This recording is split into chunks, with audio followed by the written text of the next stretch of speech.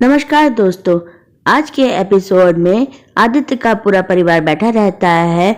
अपर्णा, निधि और मालिनी की तारीफें करती है। उसके बाद कहती है, अब बताना निशांत कहाँ गया है। पंकज कहते हैं, अपर्णा जी की यही आदत है, पहले तारीफ करती हैं फिर बात निकलवा लेती हैं। मालिनी कहती है, हम सच बता के निशांत भाई का सरप्राइज खराब नहीं करना चाहते। हम सिर्फ इतना बता सकते हैं कि निशांत भाई आज हम सबको डिनर के लिए लेकर जा रहे हैं रेस्टोरेंट। सब बहुत खुश हो जाते हैं। वो लोग सुंदर से भी कहते हैं कि आज रात का खाना मत बनाना और तू भी तैयार हो जाना हमारे साथ चलने के लिए। इमली पढ़ाई करती रहती है, वो आ जाती है, कहती है, सुंदर अच्छे से कपड़े पहनना वरना पता चला कि तुम्हें ही वहाँ पर पानी की ट्रे पकड़ा दी गई। सुंदर चिढ़ जाता है। इमली कहती है, हम जब तैयार होके आएंगे तो देखना कितने सुंदर लगेंगे और ये इतना बुरा दिखेगा कि इसे तो कोई घुसने ही नहीं देगा। मालिनी कहती है, इमली तुम हमारे साथ नहीं आओगी क्योंकि तुम्हें तो बहुत पढ़ाई करनी है, एंट्रेंस की तैयारी करनी है। पंकज भी कहते हैं, हाँ भाई साहब बता रहे थे कि तेरा बहुत सारा कोर्स बचा है इसलिए तू हमारे साथ नहीं आएगी।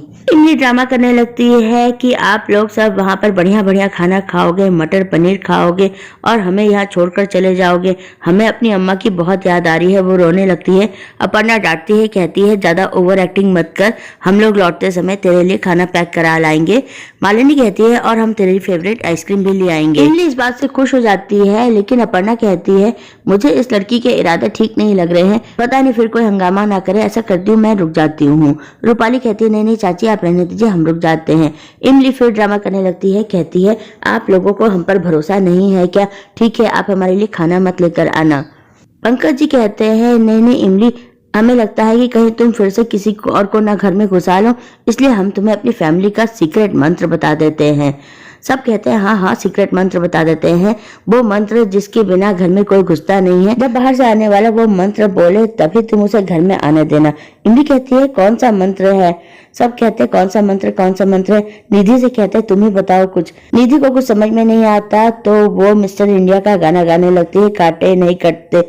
इमली कहती है, तो गाना है। निधि कहती है, यही हमारे परिवार का सीक्रेट मंत्र है, जब बाहर से आने वाला आई लव यू कहे तभी तुम दरवाजा खोलना। इमली ये बात मान लेती है और कहती है, आप लोगों ने हमें अपनी फैमिली का सीक्रेट मंत्र बताया, हमें अपना परिवार का हिस्सा मानते हैं, इससे ज्यादा भरोसा कोई और कैसे कर सकता है। मालिनी कहती है, हम सब तुम पे बहुत भरोसा करते हैं इमली, और तुम मन लगा के यहाँ पे पढ़ाई करना। वो लोग सब जाने के लिए तैयार होते रहते हैं। आदित्य ऑफिस में रहते हैं। उनका कलीग आके उन्हें बताता है कि आज जिस कॉन्ट्रैक्टर के बारे में हम पता लगा रहे हैं वो एक अंडरवर्ल्ड वाले से मिलने वाला है किसी होटल में। आदित्य कहते हैं, ठीक है, मुझे उसकी लोकेशन भेज देना।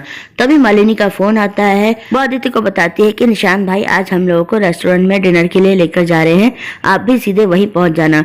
आदित्य कहते हैं, हमें आज जरूरी काम है, अगर समय मिलेगा तो हम जरूर पहुंच जाएंगे। सब लोग डिनर के लिए चले जाते हैं। इमली घर पर पढ़ाई करती रहती है, उसे बायोलॉजी बिल्कुल भी समझ में नहीं आती रहती है। तभी दरवाजे की घंटी बजती है। इमली सोचती है कि कौन आया होगा। वो दरवाजे के सामने खड़े होकर गाना गाने लगती है, काटे नहीं लगते वाला। आदित्य चिल्लाते हैं, कहते हैं, इमली दरवाजा खोलो, लेकिन इमली नहीं दरवाजा खोलती। कहती है, आप फैमिली का सीक्रेट मंत्र बताइए। वो फिर से गाना गाने लगती है।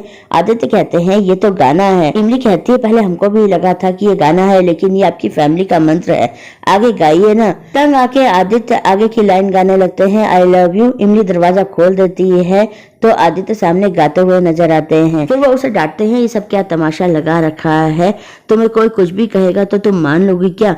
वो अंदर आ जाते हैं, कहते हैं, हमें कुछ जरूरी सामान निकालना है, उसके बाद हम चले जाएंगे। इमली सोचती है कि इन लोगों ने फिर से हमारा मजाक बना दिया, बाबू साहब के सामने हम बेवकूफ साबित हो गए और वहाँ निधि भाभी मजे से मटर पनीर उड़ा रही होंगी।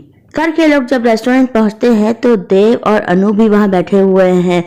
देव उनको देख के बहुत खुश हो जाते हैं, कहते हैं, आप लोग यहाँ कैसे? अनु कहती है, आप लोग तो इस होटल में कंफर्टेबल नहीं थे, आप लोगों को तो हमारा क्लब भी पसंद नहीं था।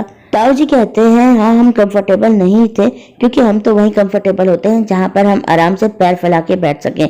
हम तो सिर्फ ये देखने आए थे कि ऐसा कौन सा आटा यूज किया जाता है यहाँ पे कि 150 रुपए की एक रोटी मिलती है और 50 रुपए का पानी। निधि कहती है, पानी तो फ्री होता है, यहाँ 50 रुपए का मिलता है। देव अनु की बातों पे ध्यान नहीं देते। वो कहते हैं, तुम 50 रुपए का पानी पियो। वो परिवार वालों और मालिनी से कहते हैं कि अब जब हम लोग यहाँ मिल ही गए हैं तो आप लोग हमें ज्वाइन कर लीजिए। अपर्णा हिचकिचाती है, कहती है आप लोग यहाँ डिनर के लिए आए हैं। अनु कहती है हमारा डिनर पर आना कोई बड़ी बात नहीं है, हम तो ऐसे रेगुलरली आते ही रहते हैं, इसके लिए किसी खास मौके की जरूरत नहीं होती है। अपर्णा कहती है हमारे लिए तो यही खास बात है कि आज हमारा आपसे यहाँ पर मिलना हो गया। अब जब इतना अच्छा इत्तेफाक हो गया है तो हम आपको ज्वाइन कर ही लेते हैं। देव उन सब लोगों के लिए भी टेबल लगवा देते हैं। निशांत वहाँ आ जाता है सबको सरप्राइज देने। ताई जी प्रार्थना करती रहती है कि हे भगवान लड़की अच्छे घर से लाया हो। निशांत कहता है माँ मैं कोई लड़की नहीं लेकर आया हूँ, यहाँ पर मैंने आप लोगों को डिनर के लिए इसलिए बुलाया है क्योंकि मैंने एक नई कार खरीदी है जिसकी डिलीवरी आज इसी होटल में होने वाली है। उसके बाद हम सब उस कार में ही अपने घर जाएंगे। पूरा परिवार बहुत खुश हो जाता है निशांत की नई कार के लिए। ताऊ जी कहते हैं तूने गाड़ी खरीदी अच्छा किया, लेकिन तुझे हमारे परिवार के लिए कुछ करने की जरूरत नहीं है, तू आ गया यही बड़ी बात है। निशांत कहता है मैं आप लोगों के लिए नहीं अपने लिए कर रहा हूँ, मैं अब वापस यूएस नहीं जाऊंगा और ये कार मैंने अपने लिए खरीदी है। इस बात से ताऊ जी और पूरा परिवार और ज्यादा खुश हो जाते हैं कि निशांत अब वापस नहीं जाएगा। अनु व्यंग करती है, कहती है सिर्फ एक कार खरीदने के लिए पार्टी, कार ही तो है कोई हेलीकॉप्टर थोड़ी है, यही है मिडिल क्लास अप्रोच। वो कहती है चलो ये तो अच्छा है कि इस परिवार में कोई तो इस बारे में सोचता है कि गाड़ी आनी चाहिए, वरना आदित्य तो मेरी बेटी को बाइक में ही घुमाता रहता है। निशांत को अनु की बातें बुरी लगती है, कहता है बाइक पे घूमना भाई और भाभी की अपनी चॉइस है, लेकिन अब तो घर में दो गाड़ियां हो गई हैं तो कोई किसी भी गाड़ी से जा सकता, जिसका जो मन करे उससे जा सकता है। मालिनी कहती है बिल्कुल ठीक कह रहे हो निशांत तुम, और तुम्हें बहुत बहुत कॉन्ग्रेचुलेशन इस गाड़ी को खरीदने के लिए, मैं बहुत खुश हूँ। अनु कहती है लेकिन आदित्य कहाँ है और आपकी वो चहेती नौकरानी कहाँ है, क्या आप उन दोनों को घर में अकेले छोड़ आए हैं एक साथ। वो मालिनी को भड़काने की कोशिश करती है, कहती है नौकरानी के भरोसे घर छोड़ा जाता है, पति नहीं। वो कहती है मैं तुम्हारी माँ हूँ और अगर तुम्हें अपने रास्ते में पड़ा हुआ पत्थर नहीं नजर आ रहा है तो तुम्हारी आंखें खोलना मेरी जिम्मेदारी है। मालिनी को ये सारी बातें बहुत बुरी लगती है, वो गुस्से में वहां से चली जाती है। पंकज कहते हैं अनु जी आज तक आप हमेशा तीखी और कड़वी बातें करती रही, लेकिन हम सब बर्दाश्त करते रहे, लेकिन आज आपने जो कहा वो बिल्कुल भी सही नहीं है। आपने ना सिर्फ आदित्य पे आरोप लगाया है बल्कि उस बच्ची के चरित्र पर भी लांछन लगाया है। देव भी अनु को डांटते हैं, कहते हैं जिसकी शह पर तुम ये सब करती हो वो तो तुमसे नाराज होकर चली गई। अनु कहती है अपनी बेटी को तो मैं मना लूंगी, आदित्य पर भी मुझे भरोसा है, लेकिन मैं ये बताना चाहती हूँ कि ये गांव की लड़कियां जितनी सीधी सादी भोली भाली दिखती हैं ये ऐसी होती नहीं है। ये तो इस मौके की तलाश में रहती है कि अपना जाल फेंके और शिकार को फांस ले। इन्हें तो इस बात से भी कोई फर्क नहीं पड़ता कि सामने वाला शादीशुदा है या नहीं। देव बहुत नाराज होते हैं अनु पर। अनु कहती है मैं बस इतना चाहती हूँ कि मेरी मालिनी के आंसुओं का जिम्मेदार कभी भी आदित्य ना बने। तो दोस्तों आज के एपिसोड में इतना ही। कल हम देखेंगे कि आदित्य और इमली एक साथ बैठे रहते हैं। आदित्य शायद इमली को पढ़ाते रहते हैं।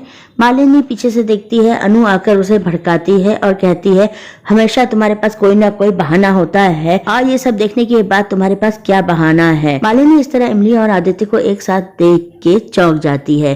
तो दोस्तों आज के अपडेट में इतना ही। इमली के कल के एपिसोड के अपडेट के साथ फिर मिलते हैं, तब तक के लिए बाय।